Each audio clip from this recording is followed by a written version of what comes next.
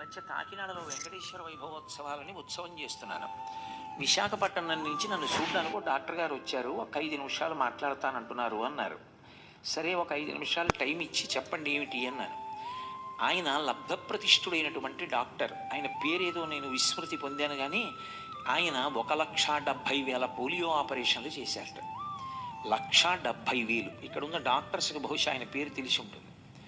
ఆయన ₹1 దాని మీద ప్రతిఫలాన్ని పొందలేదు. నేను అన్నాను, 1,70,000 పోలియో ఆపరేషన్లు ఫ్రీగా ఎందుకు చేశారు అని అడిగాను. అంటే ఏదో కారణం ఉండాలిగా, ఏమీ లేకుండా ఉత్తినే చేశానండి అని ఎందుకంటారు, ఎందుకు చేశారని అడిగాను. ఆయన అన్నారు, విశాఖపట్నంలో లబ్ధప్రతిష్ఠుడైనటువంటి ఎముకల వైద్యుడు ఒక ఆయన ఉండేవారండి. ఆయన పేరు కూడా చాలా విచిత్రంగా ఉంటుంది, ఏదో హయగ్రీవుడు లాగా ఉంటుంది, వ్యాఘ్రీశ్వరుడు. ఆ డాక్టర్ గారి పేరు వ్యాఘ్రీశ్వరుడు. ఆ వ్యాఘ్రీశ్వరుడు అన్న డాక్టర్ గారు ఎముకల వైద్యంలో మహాదిట్టట. ఆయన పోలియో ఆపరేషన్స్ చేయడంలో ఆయన పరమ నిష్ణాతుట్ట.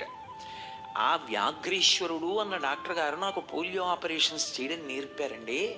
నేర్పుతున్నప్పుడు మా గురువు గారు మొట్టమొదటి పేషెంట్కి ఆపరేషన్ చేయడం నేర్పేటప్పుడు నా చేతిలో చెయ్యి వేయించుకున్నారు. ఒరే, ఒక వ్యక్తికి పోలియో వస్తే కాలు తోటకూర కాడలా వేలాడిపోతే, చెయ్యి తోటకూర కాడలా వేలాడిపోతే వాడు జీవిత పర్యంతం ఎంత బాధపడతాడో గుర్తుపెట్టుకో.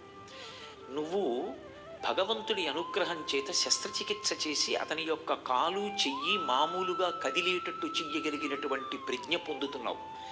అది గురువుగా నా నుండి పుచ్చుకుంటున్నావు.